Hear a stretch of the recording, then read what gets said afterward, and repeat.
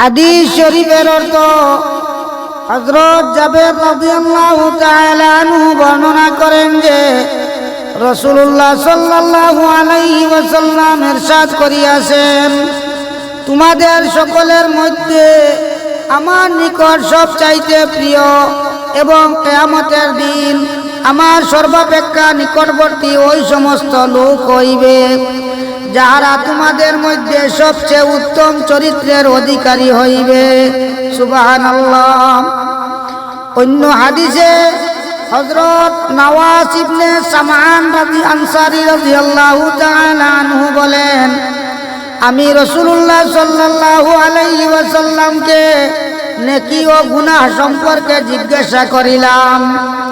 রাসূলুল্লাহ সাল্লাল্লাহু আলাইহি ওয়াসাল্লাম ইরশাদ করিলেন, নেকি হইল ভালো চরিত্রের নাম, আর গুনাহ হইল ওই বিষয় যে বিষয়ে তোমার অন্তরে খটকা লাগে এবং মানুষের কাছে যাহা প্রকাশ পাওয়া তোমার কাছে খারাপ লাগে।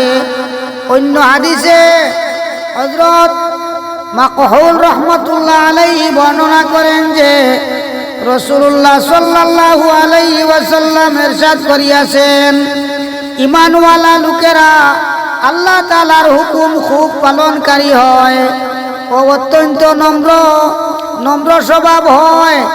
যেমন অনুগত উট যেদিকেই টানিয়া নেওয়া হয় ওই দিকেই যায়, যদি উহাকে কোনো পাথরের উপর বসাইয়া দেওয়া হয় তবে উহারই উপর বসিয়া যায়।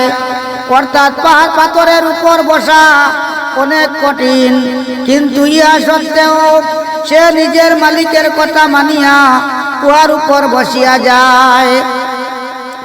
হযরত আব্দুল্লাহ ইবনে মাসউদ রাদিয়াল্লাহু তাআলা আনহু বর্ণনা করেন যে রাসূলুল্লাহ সাল্লাল্লাহু আলাইহি ওয়াসাল্লাম ইরশাদ করিয়াছেন, আমি কি তোমাদিগকে ওই ব্যক্তি সম্বন্ধে বলিব না যে আগুনের উপর হারাম হইবে এবং যাহার উপর আগুন হারাম হইবে?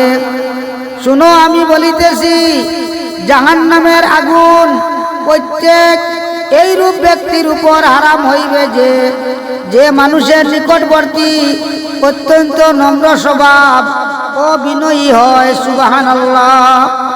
কায়দা, মানুষের নিকটবর্তী হওয়ার অর্থ হইতেছে যে সে নম্র স্বভাবের হওয়ার কারণে মানুষের সহিত বেশ মিলিয়া চলিয়া, আর মানুষও তাহার ভালো স্বভাবের কারণে তাহার সহিত মুক্ত মনে মহব্বতের সহিত মিলিয়া মিশিয়া চলে। সুবহানাল্লাহ। আল্লাহ পাকে আমাদের বালা চরিত্রবান হওয়ার তৌফিক দান করুন। আমিন।